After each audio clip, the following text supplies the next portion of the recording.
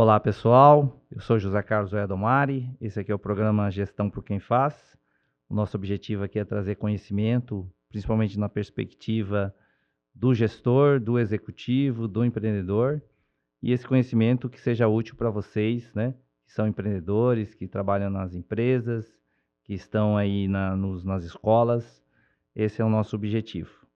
Queria agradecer aqui os nossos patrocinadores, que são a VAR Consulting, a Trad Wealth Management e a Consulcamp Auditoria e Assessoria. Hoje nós temos aí a satisfação e a honra de ter conosco o Rafael Garcia, que é o CEO da Agrobiológica Sustentabilidade. Agradeço aí, Rafael, pela gentileza de estar conosco. O Rafael tem uma agenda aí complicada, veio aí de Leme, especialmente para participar do programa. Então, eu te agradeço novamente. Rafael, a nossa ideia aqui é uma conversa, né? Trazer um pouco o dia a dia aí da gestão, né? E um pouco do que a gente até já conversou um dia lá numa reunião. E aí, então, para começar, queria te perguntar assim, como é que é a sua trajetória de carreira, de formação acadêmica, até chegar a ser o CEO da Agrobiológica Sustentabilidade. Bom, muito bom dia, né? Bom dia. Primeiramente, muito obrigado pelo convite. E é um prazer estar aqui. O que a gente puder compartilhar será um prazer. Eu sou engenheiro agrônomo de formação, né? Estudei em Piracicaba, que é a Escola Superior de Agricultura Luiz de Queiroz, que é ESAL, que é a USP. Formei em 2005, né? E antes disso, eu sou aqui de São Paulo, sou paulistano, sou da legal. capital. E sempre gostei muito da atuação, filantropia. Eu sempre trabalhei muito em filantropia, né? A gente trabalhei muito pelo Rotary, era o Interact Club Rio Branco. Fui presidente do Interact Club, a gente organizou muitas campanhas, tudo. E eu acho que isso é uma boa escola, sabe? Eu acho que esses grupos, essas afiliações que existem dentro do ensino médio é o que hoje em dia, cada vez menos, né? Ou cada vez com menor intensidade, é muito bacana. Em termos de formação não só de caráter, oratória, sabe? Eu acho que é uma escola muito boa. Isso na época do ensino médio que você já entrou no Rotary. Exatamente. O Colégio Rio Branco ele tem uma fundação de rotarianos, né? Então ele fomentava-se muito isso. Então era uma escola de campanhas, organização de campanhas. As campanhas nossas, por exemplo, no Rio Branco, foram premiadas a nível mundial. Olha só. Pelo engajamento que se tinha dos jovens à época, sabe? Bom, e então da graduação eu acabei indo para Piracicaba, formei em agronomia. Sempre na agronomia eu sempre gostei muito dessa parte de biologia dos solos, que já naquela época era algo novo, mas já é uma ciência mais antiga. Então eu trabalhei muito tempo com microbiologia, né, na graduação. E quando eu saí, meu pai tinha uma empresa, né? Então meu pai já era empreendedor. Meu pai tinha uma empresa de exportação de hortaliças, né? Meu pai foi pioneiro em exportação de muita coisa no Brasil. Meu pai foi pioneiro em exportação de melão.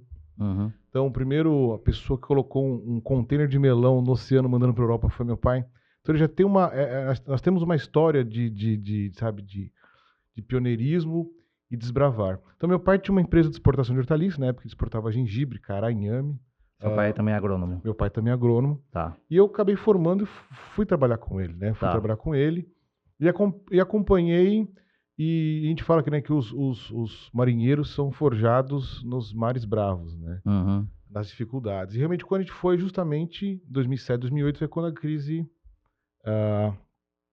veio a crise americana e depois veio a crise europeia, né?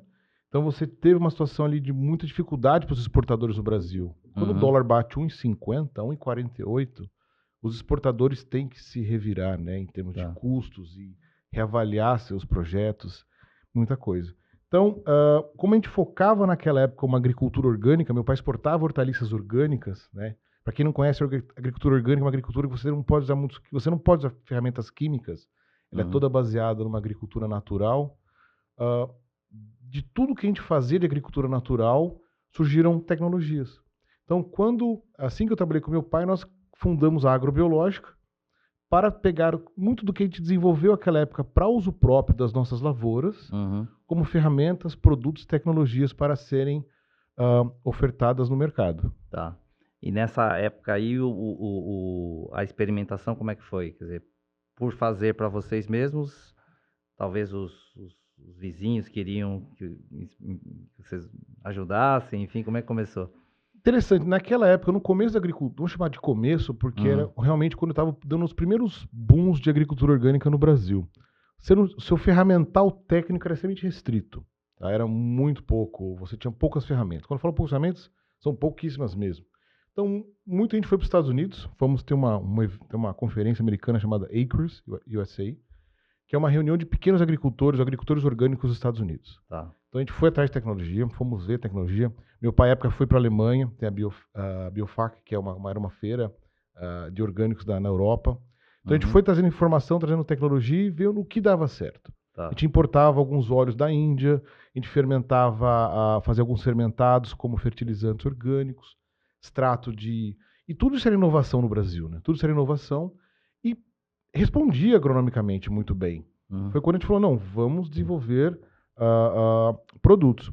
Outras empresas procuraram meu pai para desenvolver produtos. Algumas empresas até pioneiras no mercado brasileiro viram os resultados e falaram, olha, vamos desenvolver produtos, mas as parcerias nunca davam muito certo, sabe? Então ele falou, não, então vamos começar a desenvolver nós esses produtos e se posicionar no mercado. O nome do seu pai como é que é? José Luiz Garcia. José Luiz Garcia. Legal. Então ele montou a empresa e depois aí vocês juntos fizeram a agrobiológica. Exato, meu pai tinha essa empresa de exportação e onde, na verdade, em 2009 a gente encerra a parte de exportação e aí eu sigo esse caminho da parte de insumos, né? Tá. Você perguntou se meu pai é agrônomo, né? Meu pai é agrônomo, formado na Rural do Rio. O irmão do meu pai, o tio Ramon, também era agrônomo. Ele foi professor da Getúlio Vargas aqui em São Paulo. Tá. E o tio do meu pai, tio Hélio, também é agrônomo, também Instituto Biológico de Campinas, pesquisador. E o filho dele continua no Instituto Biológico de Campinas como pesquisador. A minha esposa é agrônoma também. O pai da minha esposa também é agrônomo. Nossa. Seu Luiz é agrônomo.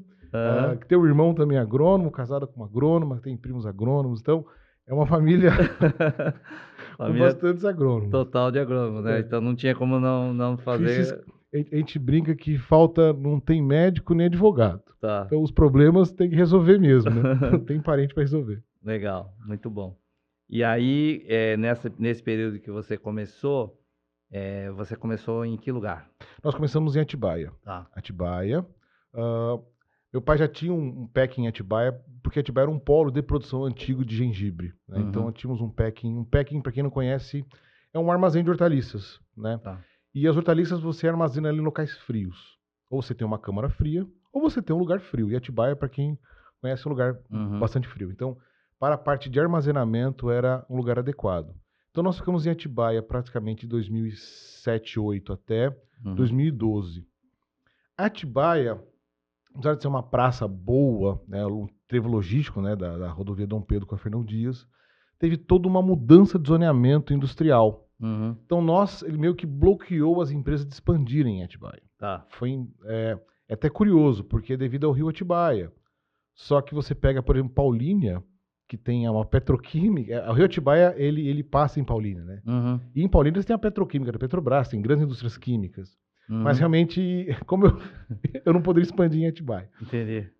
Então, nós vimos uma oportunidade no município de Leme. Foi quando a gente foi a Leme. Leme havia um programa de fomento de indústrias.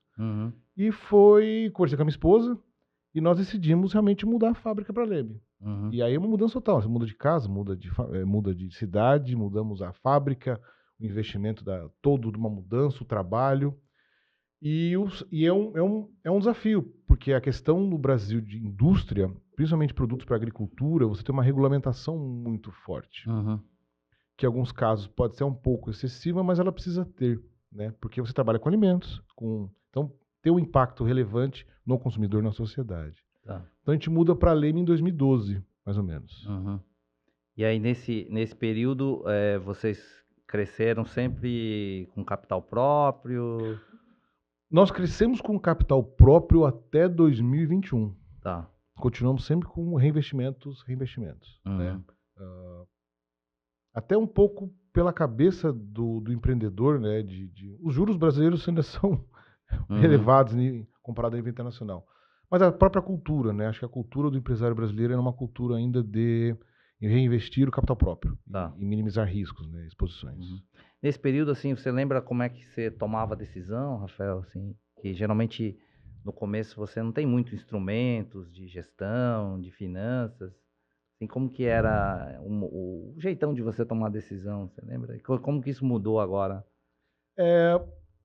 Eu sempre tive muita afinidade ao entendimento legal e das normas que eu estava inserido. Tá. Então, por exemplo, quando eu entrei nesse mercado de insumos, eu que fui mostrar para o contador que meu produto era isento de PIS/COFINS. Olha. Eu que fui falar, olha, somos isentos de IPI, olha, temos uma redução de base de cálculo do ICMS.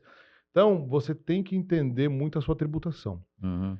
Então, não sei se dando um passo atrás ou alguns passos à frente, eu entendo que o grande desafio do empreendedor brasileiro é a questão tributária. Uhum. Então, quando você vê toda essa movimentação numa reforma tributária em que facilitaria ou melhoraria o entendimento dela, ela é complexa. Eu acho que ela é desejável e o entendimento de uma legislação tributária para o empresário que está começando, ele é dificultoso. Uhum. Para ele conseguir consolidar os seus custos muito claros. Uhum. Como a tributação o impacto dela é relevante, se você não tiver uma boa segurança de onde você está pisando, você vai comprometer caixa e você vai parar ali na frente. Uhum. Então, eu acho que o nosso diferencial foi esse, entender como era a questão tributária do nosso setor, entender que quando você tem que trabalhar no Brasil com margens sadias, senão você vai o crédito vai te pegar ali na frente, né? Então a gente pode falar de bom senso, sim, mas é fazer conta. Tá. Você tem que ter o seu custo na ponta do lápis. E esse aprendizado, uma parte desse aprendizado, você teve também na empresa do seu pai também, né? Que já estava... Sim, já ali você aprendeu a trabalhar um pouco também, né? Sim, você aprende na marra, né? Uhum. E você aprende na rotina. A rotina, eu acho que quando alguém começa uma empresa do zero, vou abrir uma empresa, o cara não sabe o que é uma nota de venda, uma nota de devolução, sabe, um estorno, uma duplicata mercantil, coisas que muita gente parece ser muito simples, a pessoa aprende tudo na marra e aprende errando, né? Então eu tive chance de errar um pouco menos, Tá. por ter já atuado numa empresa, já tinha seus 300 funcionários, então você já tinha um contato com folha de pagamento, os problemas de folha de pagamento, tudo isso. Tá. E aí, ter acertado também com o contador ajudou um pouco, né? Ajudou bastante. Entendi. Ajudou bastante. Legal. E aí, em que momento que se faz essa ampliação de crescimento, que aí você já busca capital de terceiros ou investidores no mercado? Assim? Em algum momento você vai ter que tomar uma decisão, né? Em termos de crescimento. Nós, especificamente, desenvolvemos uma tecnologia, mas em 2013, né? Uma tecnologia pioneira no país, pioneira na forma de apresentar ao produtor, que seria o que a gente chama de controle biológico produzido nas fazendas, que a gente chama de on-farm. O que é isso? É o produtor rural, na sua fazenda, produzir os seus próprios produtos que vão controlar suas pragas e doenças. Tá. Por que foi um diferencial à época? Hoje um produto biológico, vamos chamar assim, um produto para controlar pragas e doenças biológico, ele é basicamente 90% água. Água. Tá. Então você transportar água num país continental, como o Brasil, com a logística que nós temos, é muito caro. Então você produzir na sua fazenda com uma qualidade suficiente para atender a sua demanda de curto prazo, permitiu redução de custo do produtor, em alguns casos de até 70%. Então, é uma redução de uso de químicos muito grande. Então, sem entrar no mérito agora ainda de sustentabilidade, menos risco ao ambiente, menos risco de exposição, pensando estritamente em custo, nós trouxemos uma opção ao produtor rural, uma redução de custo muito relevante. Então, a gente teve uma aceitação muito rápida. Então, os 3 primeiros meses a gente cresceu de forma, a gente dobrava. Todo ano a gente dobrava. A gente foi dobrando. E eu vi que nos primeiros anos, eu falo minha esposa porque ela era gerente financeira, né? E a mulher geralmente é muito mais fechada que o homem, né? Mão fechada e com razão. Nós vimos que a gente tinha que ter muito juízo no começo em termos de reinvestir na companhia para depois você realmente fazer distribuições mais adiante. Só que a gente chegou num momento que o ciclo de caixa do agro é muito complicado. Você vende agora, por exemplo, em setembro, outubro, novembro, e vai receber em abril, maio, junho. Então você tem um deslocamento de 180, 200, 240 dias do seu caixa. Né? Muita gente de conversa, eles falam, mas como assim? Eles falam, não, esse é o nosso normal. Criou essa cultura, tá? Ah, eu acho que hoje é equivocada, tá? Em termos que você dá o crédito ao produtor para ele poder produzir e te paga. Então, você absorve 100% do risco da produção agrícola, vamos chamar assim, Tá. né? Então, a gente viu um momento que, para dar saltos, como o nosso deslocamento de caixa é muito grande, para crescer de forma mais acentuada, Uhum. você precisava de caixa. Tá. Aí você vai ter que ir ao mercado. Entendi. Esse é o ponto, né? E aí uma solução foi buscar um investidor. Buscamos um parceiro em 2020, né? 2020, a gente Tá. entendeu que nós tínhamos algumas limitações. Uhum. Não só de caixa, mas também de gestão. Gestão. Gestão. Tá. Então, por exemplo, o máximo que nós estávamos crescendo de forma relevante, de forma sadia, Uhum. tinham excelentes números. Para nós irmos além, eu precisava me estruturar. Tá. E aí você realmente busca parceiros, né? E foi quando a gente Entendi. foi, fomos ao mercado buscar parceiros que estivessem dispostos não só a investir na companhia, Uhum. mas também que trouxesse know-how, trouxesse conhecimento, visão do mercado, estratégias do mercado, Tá. entre outras coisas. Legal. Conta um pouquinho, Rafael, assim, por favor, a questão do biológico versus o químico, como que funciona, vamos dizer assim, para quem não conhece, né? Lá no chão da terra mesmo. Conta um pouquinho, por favor. Não, vamos lá. O Brasil é um dos maiores produtores de alimentos do mundo. Isso Tá. é historicamente, né? Nossa história está envolvida na agricultura, nossos ciclos econômicos, né? Da história do Brasil. Tem o ciclo da cana, depois vem minérios, depois tem ciclo do café. Quando a gente pensa na mineração no Brasil, historicamente, o Brasil já tinha um comércio interno muito grande de alimentos. Você vê o Uhum. ciclo do café e, posteriormente, nos últimos anos, o ciclo de exportação de grãos. Então, o Brasil tem uma história agrícola, né? Eu faço essa introdução porque a gente tem uma visão muito preconceituosa nos livros de história. Demais da conta. Tá? Então, o Brasil faz um uso intensivo de agrotóxicos, sim. Uhum. Tá? E isso está mudando. Tá? Por que Tá. o produtor usa agrotóxico? Porque a praga come o que ele está produzindo. Então, vamos pegar os principais commodities do Brasil hoje. Soja. Uhum. Ele tem pragas, ele tem doenças. O produtor não usa porque ele quer, ele gosta. Entendi. Ele usa porque ele precisa. Então, durante muitos anos, o uso foi intenso porque não existiam alternativas. Tá? Uhum. Mas esses produtos são caros. O produtor usa muito a contragosto, Tá. sabe? Pesa no bolso, né? Pesa no bolso, é custo Uhum. direto. Então, quando nós trouxemos alguma dessas tecnologias e nós também, o mercado como um todo começou a trazer mais ferramentas biológicas, o produtor começou a fazer a sua opção de reduzir. E esse, como eu comentei, essa produção de micro-organismos na fazenda, Uhum. é o maior movimento da história da humanidade de redução de agrotóxicos no Brasil. Tá. Então, o Brasil hoje lidera um movimento enorme de redução de uso de agrotóxicos.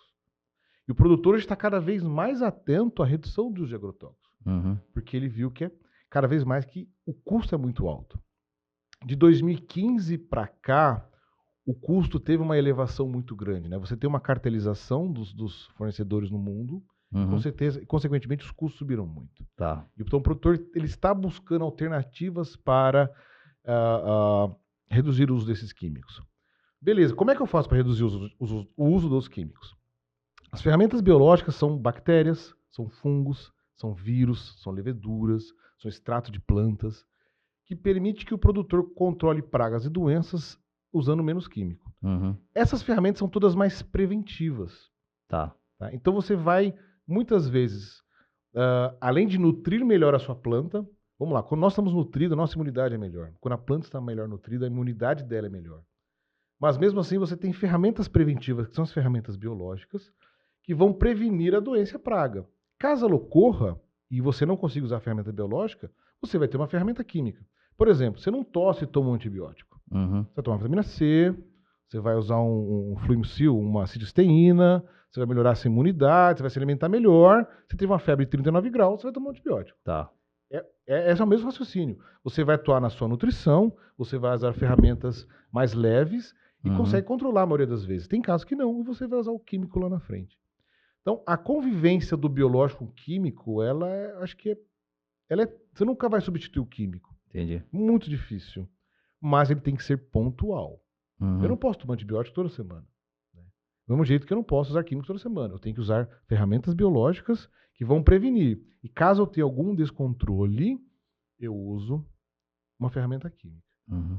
E por que deu todo esse movimento importante? Porque nós, com o uso das ferramentas on-farm, ele consegue usar as ferramentas biológicas baratas. Tá. Antigamente o biológico era caro, era muito caro. Então o produtor não evitava usar.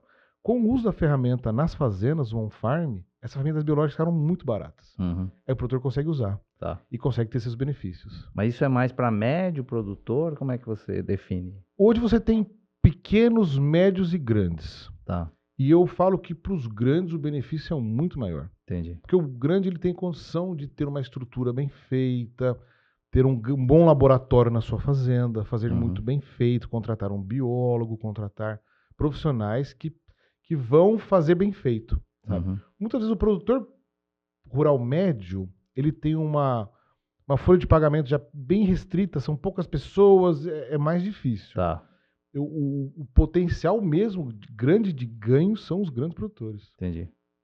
Quer dizer, isso envolve que a agrobiológica forneça um equipamento, né? Um CAPEX lá Exato. e os insumos constantemente. Hoje a gente fornece, por exemplo, fechamos hoje um cliente já, uma renovação no contrato de cliente. Nós já estamos com eles 4 anos, nós vamos renovar todas as máquinas que estão nele. O que são essas máquinas? Vamos pensar, a nossa audiência é urbana. Sim. Vamos pensar numa iogurteira. Quem já fez iogurte em casa? Você pega uma máquina, uma pequena máquina, coloca o iogurte, coloca o leite, depois de um dia você tem um novo iogurte. O que nós fazemos é em escalas enormes. Nós temos hoje, fechamos hoje uma negociação hoje de um cliente que vai produzir 40 mil litros por dia para abastecer suas áreas no Eduardo Magalhães. Então nós fornecemos não só as máquinas, fornecemos o alimento dessas bactérias, o alimento desses fungos, ou seja, ele vai produzir os fungos e as bactérias na sua fazenda. Tá. Fornecemos as bactérias e os fungos para serem produzidos na sua fazenda. E eu acho que o mais importante nós fornecemos conhecimento. Entendi. Nós levamos conhecimento ao produtor, assistência, claro, pós-venda, para que ele consiga produzir com muita qualidade e ter o seu benefício lá no campo. Tá. Se ele não fizer bem feito, ele não vai ter o benefício. Então, acho que o grande diferencial da agrobiológica no mercado é entender que o controle biológico, toda essa tecnologia, é um serviço que tem que ser bem prestado. Tá. E um serviço bem prestado demanda pessoas qualificadas. E aí vai muito pela sua estratégia, de ter profissionais acima da média em termos de conhecimento técnico. Tá. E esse, eu vi lá, né, que ele tem que ser bem tratado, né? Assim, um bichinho tem que ser bem tratado, não pode esquentar demais, né? Tem que ter lá uma temperatura, quer dizer. E como que você absorveu ou construiu esse conhecimento? Eu sei que vocês têm lá um departamento de P&D forte, né? Com doutor, enfim. E como que essa aproximação com a universidade, centro de pesquisa, contribuiu para o crescimento da agrobiológica? Hoje nós temos um P&D em termos com 13 pessoas, full, atuando na pesquisa e desenvolvimento de novos produtos, né? Fica sediado na de Itápolis. Mas quando a gente começou, era eu, tinha que estudar, dever de casa. Tá. Então, acho que o empreendedor não pode ter medo de estudar. Jamais. De ler, estudar, revisar, entender, inovar. Né? Então, quando a gente criou essa inovação, e a gente começou os primeiros ensaios, eu sou muito grato à Universidade Federal de São Carlos. A Universidade Federal de São Carlos tem um campus em Araras, que fica justamente entre Araras e Leme ali. A professora Silvana foi uma pessoa que me ajudou absurdamente, que a gente começou a entender a tecnologia, porque ela estava funcionando muito bem no campo. E nós vamos entender os benefícios dela, as suas limitações, claro, as melhorias. E o laboratório Laman foi um laboratório que me ajudou muito em termos das pesquisas, de entender as contagens. Então, todo o nosso desenvolvimento durante 3, 4 anos foi em parceria com a Universidade Federal de São Carlos, ali no campus de Araras. E em 2018, nós participamos de uma chamada pública. Ah, legal. Teve assim quando eu não sei se já teve dengue, mas está tendo esse surto de dengue. E todo mundo tem dengue, claro, é uma doença. Quem já teve ou tive, você derruba Mas quando veio a chikungunya, a gente vê as crianças, acho que foi realmente quando o poder público falou, olha, eu tenho que fazer alguma coisa. Uhum. E aí teve uma chamada pública da FINEP para tecnologias para produção, para controle do Aedes. Tá. E nós pegamos nossa tecnologia on-farm e falou, por que não pegar essa tecnologia on-farm e profissionalizá-la ao ponto que uma prefeitura pudesse produzir bichinhos, né, para controlar o mosquito. Tá. E a gente foi contemplado, né, com o fundo FINEP mais FAPESP, para investir. E aí eu agarrei essa oportunidade. Era um recurso público, tinha uma contrapartida relevante, mas a gente abraçou, a gente agarrou isso e investimos em pesquisa. Quando a gente montou o laboratório, vamos estruturar para que, ou seja, uma tecnologia rural, vamos chamar assim, como é que eu faço para pegar bactérias, no caso chama-se Bacillus thuringiensis israelensis, ele é extremamente eficiente para a larva do Aedes, pudesse ser aplicado em área urbana. A gente pensa, mas qual que é a ideia? É um drone. A ideia é de um drone aplicando essas bactérias nas cidades e controlando essas larvas, né? E o projeto deu muito certo, porém a aplicação aérea nas cidades ainda não é permitida. Tá? Então tem questões de Anvisa, tem outras questões que ainda não permite essa aplicação aérea. Mas hoje é uma opção. Hoje nós temos drones aptos para isso, temos micro-organismos registrados na Anvisa para fazê-lo, e as prefeituras teriam hoje uma qualidade de produção tranquilamente, com baixíssimo custo, para fazer aplicações preventivas novamente, matando as larvas nas casas. Vamos pegar uma casa que está fechada, trancada, ninguém consegue acessar. Você vai com o drone e pulveriza tudo por cima. Sabe? Então, nós abraçamos esse projeto. Essa época foi quando nós realmente consolidamos um departamento de pesquisa. Aí eu contratei nosso primeiro pesquisador, Dr. Elvio, à época, que veio, também abraçou o projeto e fomos montando toda uma estrutura de pesquisa na companhia. Legal. Mas o começo é na raça. Estudando. Não tem milagre não, tem que ir atrás. E as universidades, apesar de ter toda essa abertura da professora Silvana, isso, normalmente sou muito grato a ela, a universidade existe um paradigma muito grande na universidade. Eu falo porque eu fui, na própria Exalc, enquanto eu estava lá, existia você falava que era uma empresa fazendo parceria, era feio. E no Brasil ainda existe essa cabeça, essa cultura. Uma empresa vir atrás de tecnologia, testar uma tecnologia, absorver uma tecnologia é feio. E isso é uma cultura que nós temos que quebrar ela desesperadamente. Temos que quebrar essa cultura. As empresas precisam acessar as universidades. As empresas absorvem os profissionais da universidade, elas geram riqueza. Enquanto os Estados Unidos é o país com o maior número de parcerias, as universidades vivem das parcerias, as fundações vivem das parcerias, né? No Brasil, por ser uma universidade pública, criou-se a cultura que aquele conhecimento público não pode ser, vamos chamar assim, absorvido por uma empresa e gerar riqueza para a sociedade. Então é uma visão muito míope. Porque você gera um conhecimento, você gera uma tecnologia. Como é que você vai gerar benefício para a sociedade? Sim. Benefício como? O benefício do produto em si, geração de riqueza, o impacto social dos tributos que ele gera para a sociedade, que vai reverter. Então, não tem outro caminho a não ser a transferência de tecnologia e conhecimento dos centros de pesquisa para as empresas. Então, isso é uma questão cultural. Melhorou? Melhorou. Mas ainda existe esse paradigma no setor público. Tá. Mas você não entende também que do lado do setor privado também tem um pouco o paradigma de não procurar também? Quer dizer, assim, a gente aqui faz e vai tocando. Vai tocando. Esses rapazes aí não sabem nada. Bom ponto. Pelo menos eu me lembro na época do interior, falou assim, chegou um agrônomo lá, você não sabe nada, né? Quer dizer, tinha o paradigma do produtor rural lá bem, né, caseiro, versus até o agrônomo. Né? Eu vejo que esse projeto já evoluiu, evidentemente. Esse projeto tem um projeto da FAPESP, que é o PIP da FAPESP. Tá, o PIP. E você pega o objetivo do PIP é fazer com que as empresas contratem pesquisadores. Tá. Isso é fantástico. Porque uma vez que você começa a fazer pesquisa, você não para de fazer pesquisa. Tá. Você começa a fazer inovação, você não para de fazer inovação. Entendi. Então o objetivo, assim, o projeto PIP nosso, né, que foi FINEP junto com a FAPESP, um PIP, teve sucesso? 100%. Após o projeto, nós montamos uma estrutura de pesquisa, você não para de fazer pesquisa mais. Entendi. E quando você traz a pesquisa para dentro da sua empresa, é natural as parcerias. Entendi. Fica natural a parceria. Porque o pescador, ele vai conversar, ele vai interagir. Aí eu acho que é mais fácil. Então, a partir do momento que você cria uma estrutura de pesquisa e inovação na sua companhia, é natural as parcerias. Tá. Quer dizer, então, Rafael, que se não fosse a questão do drone, nós podíamos ter acabado com o problema da dengue, então. Tava na sua mão aí, tava na mão da agrobiológica. Eu acho que tem oportunidade. Acho que tem oportunidade. Tem que ser, acho que, claro, a pulverização em área urbana. É igual você tá tomando seu café de manhã, vai aparecer um drone na sua cabeça pulverizando. Não é tão fácil. Então, acho que precisa uma regulamentação, o Estado precisa entender, mas acho que hoje, 2024, existe uma ferramenta tecnicamente natural, vamos chamar assim, sem riscos nenhum. O fumacê, tá? A aplicação de fumacê que você mata só o adulto.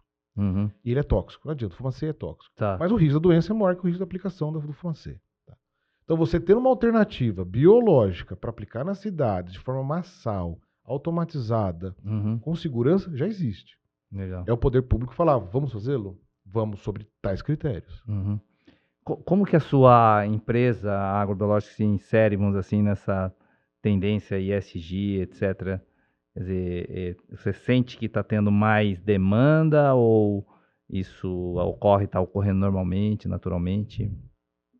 Bom, se a gente fala em ESG, eu acredito muito que é dos valores da sua companhia.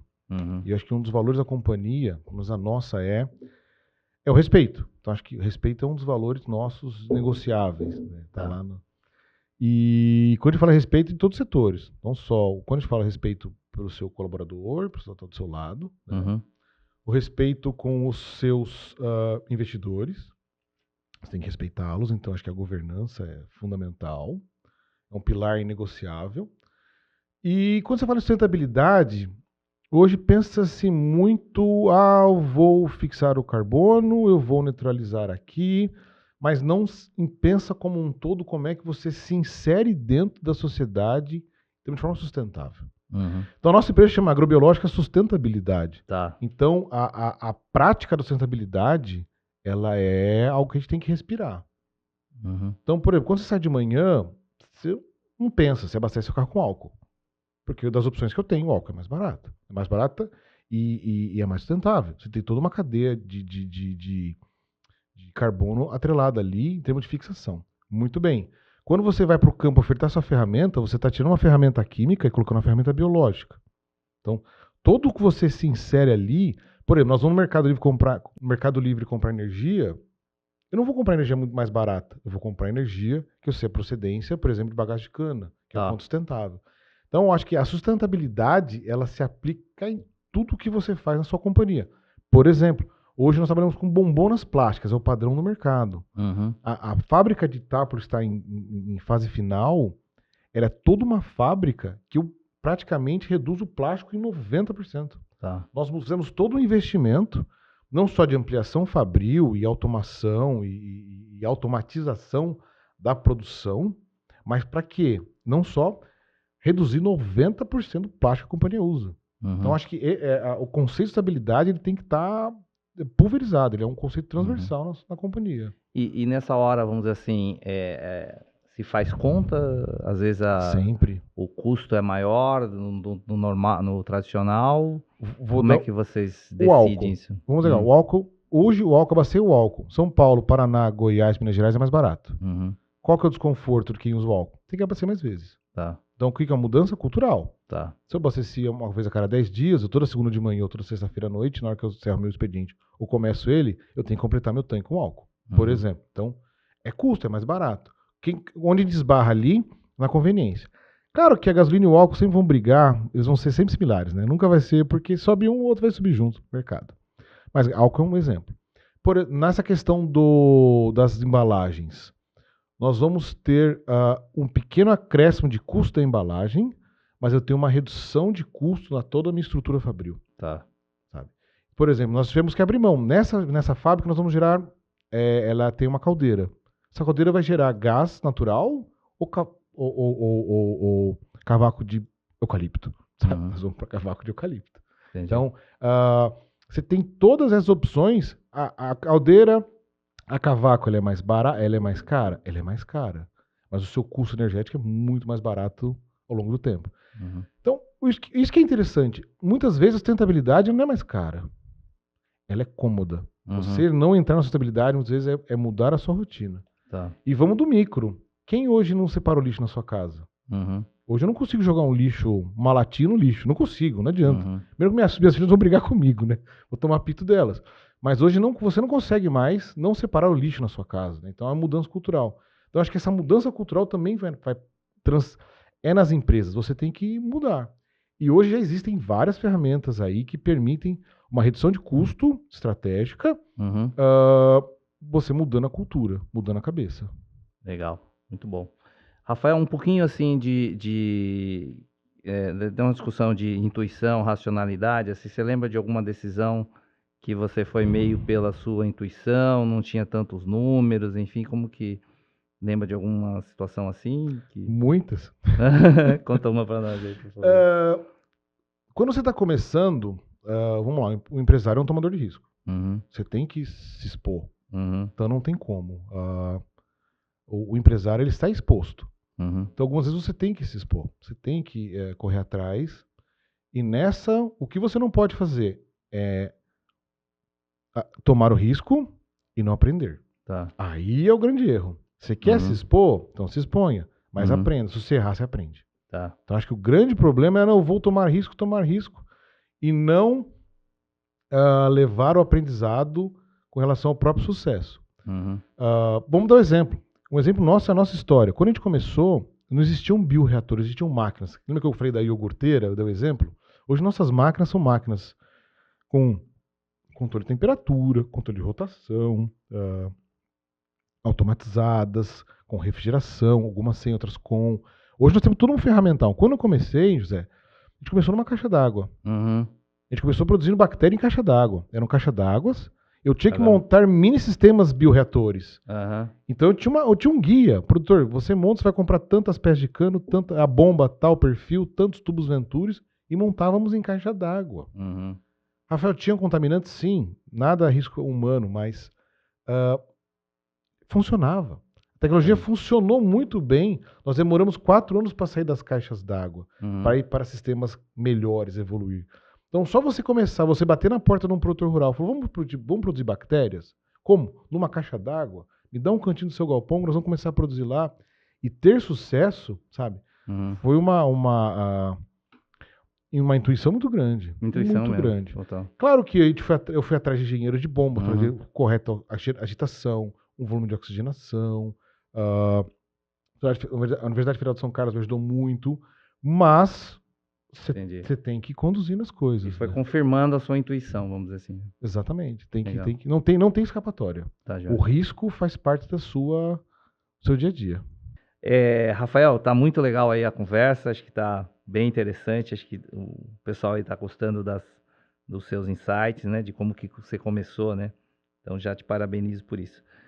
Se você puder contar um evento assim, aquelas coisas muito inusitadas, né, que aconteceu, né, no agro a gente sabe que tem muitos causos, muita história. Conta uma assim que você lembra que foi bem inusitado em relação ao que você tinha planejado, enfim. Olha, diferente. Vamos lembrar então um ponto interessante. Quando começou a pandemia, né, é muito fácil a gente tomar a decisão olhando para trás, né? É difícil olhando para frente. Né? Quando começou a estourar aquilo, pandemia, vai parar, o mundo tá parando, todo mundo parando. Dia 20 de março de 2020, eu lembro dessa data, 20 de março, foi quando eu juntei a empresa, na época a gente tinha 25 funcionários, nós estamos hoje com 220.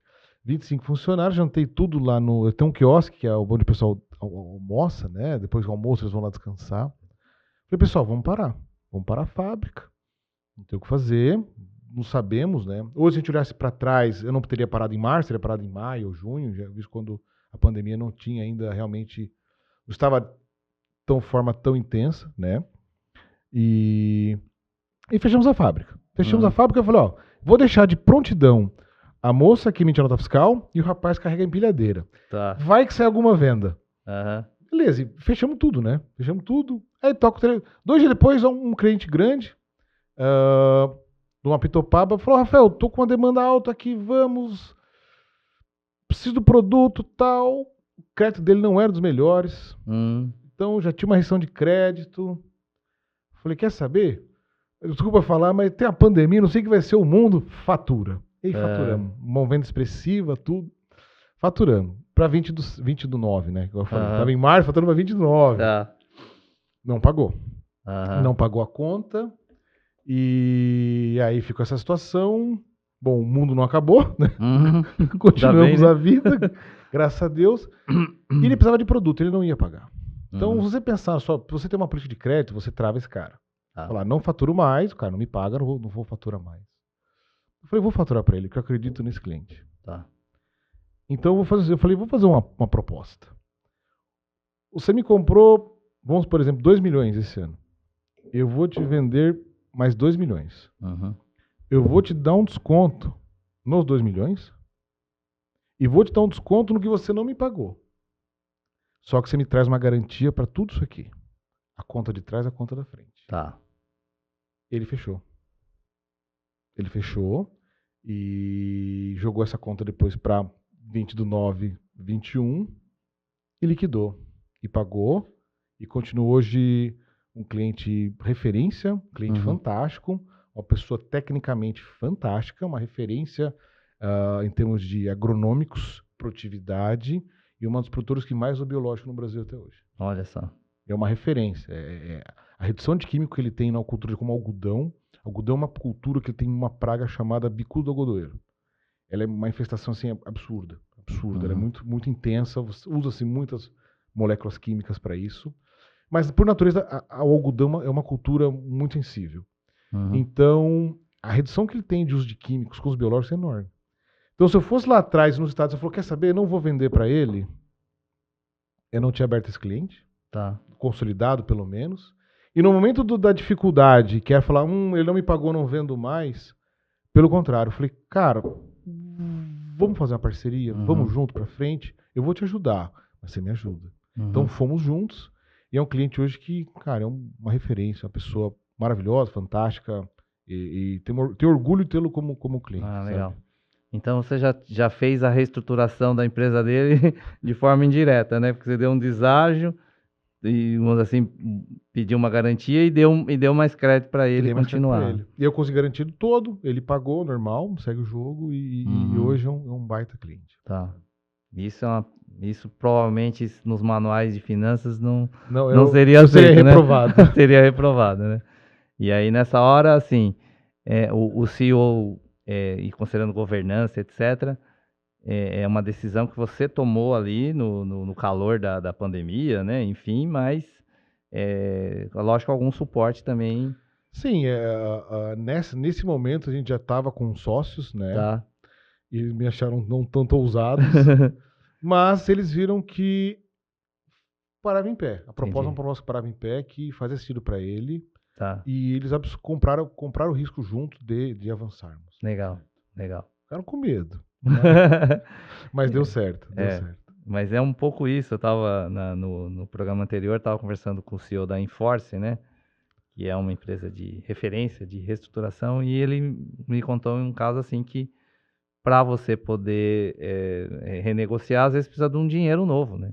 Sim. Então, acho que é um pouco isso que você já aplicou, né? Não sendo uma empresa de reestruturação, mas você, né, como fornecedor, acabou fazendo a reestruturação sem um apoio de alguma consultoria financeira e de nenhuma instituição financeira.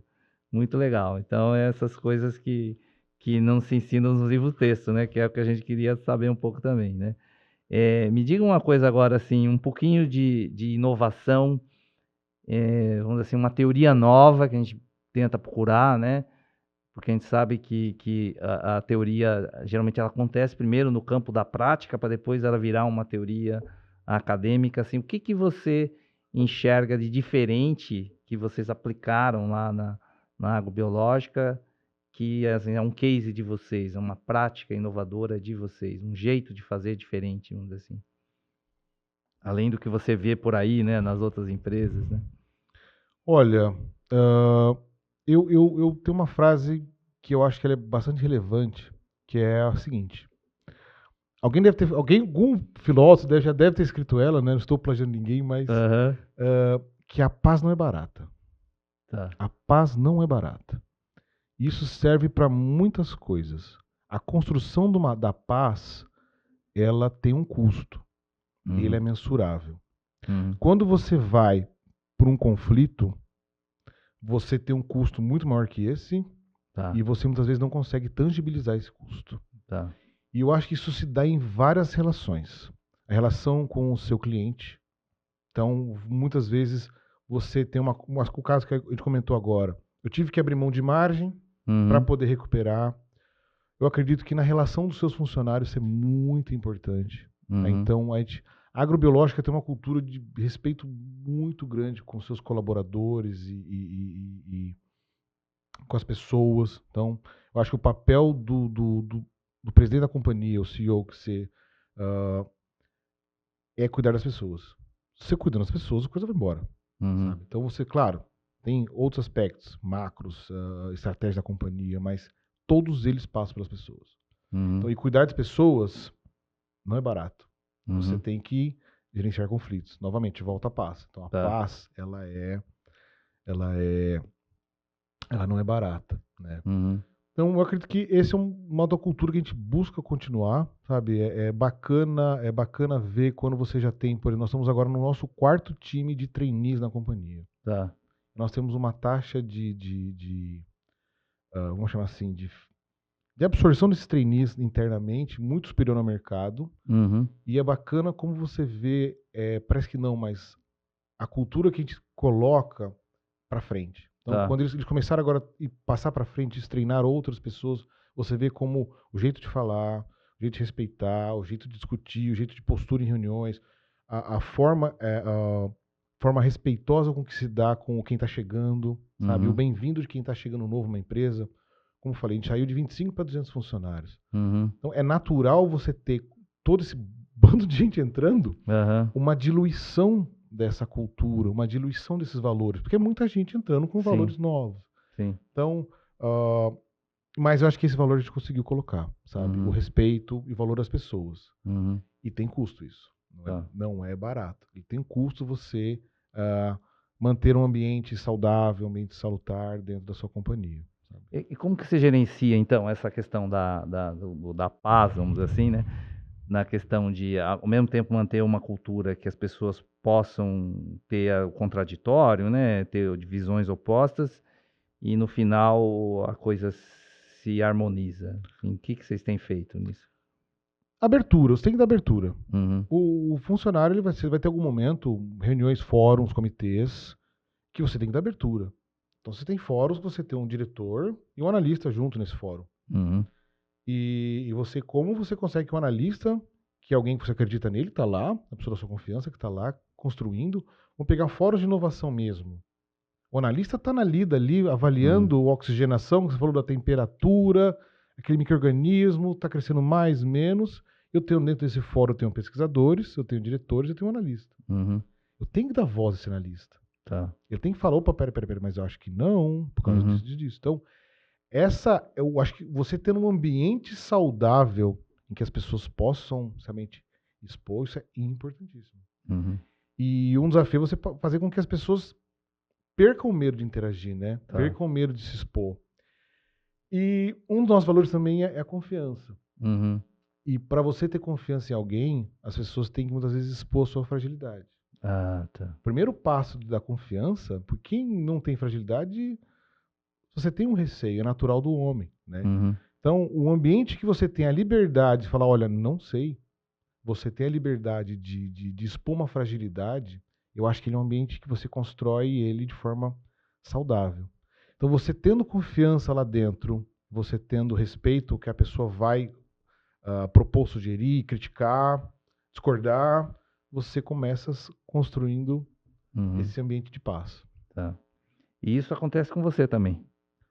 Sim, você ser contrariado nas suas decisões e vamos para frente, vamos discutir, quer dizer, como é que você faz para evitar o viés, vamos dizer assim, da autoridade? Assim, a palavra do Rafael é mantra, aqui a gente não discute, ou não. Olha que interessante, né? Como as pessoas têm muito medo, mas para mim é muito ruim quando eu não sou criticado. Como evoluir como profissional, Uhum. como indivíduo se você não é criticado. Tá. Não tem como. Entendi. Não tem como. O único jeito de você evoluir é esbarrando e falou, pá, aqui você não pode ir. Aqui tá errado. Senão você cria um reizinho. Tá certo. Esse é o problema. Aham. Então, é estranho quando você entra numa reunião, todo mundo concorda com você, fala, peraí, alguma coisa tá errada, gente. Aham. Vocês combinaram. Então, isso é importantíssimo. A abertura para você ser criticado e discordar é importantíssimo. O que também é importantíssimo é você parar e pensar e saber reconhecer quando está errado. Tá. É normal. Então, volta à fragilidade. Tá. Eu não tenho Fragilidade. receio de chegar numa reunião e falar, pessoal, aqui eu não sei. Tá. Cara, pessoal, me ajuda aqui. Uhum. Não sei, precisa da sua ajuda. E é para isso que você tem diretores. Uhum. É para isso que você tem toda uma estrutura para te suportar. Tá. Você não tem como saber tudo onisciente, né? Uhum. Graças a Deus. Legal. Legal, Rafael. Queria agora que você pudesse passar uma mensagem final, te agradecendo já de antemão aí para os empreendedores, uma carta a um jovem agrônomo, né? Como que seria essa fala sua aí? Te agradecendo muito. Imagina, eu que agradeço. Tem uma frase do Louis Pasteur, tá? Que é o pai da microbiologia. E a frase dele é ótima, que ele fala o seguinte: a sorte favorece as mentes preparadas. Então, quando você fala, nossa, que sorte, será que foi sorte mesmo? Ou você estava preparado e apto para abraçar aquilo? Uhum. E a pessoa que não está preparada, muitas vezes, não enxerga aquela sorte.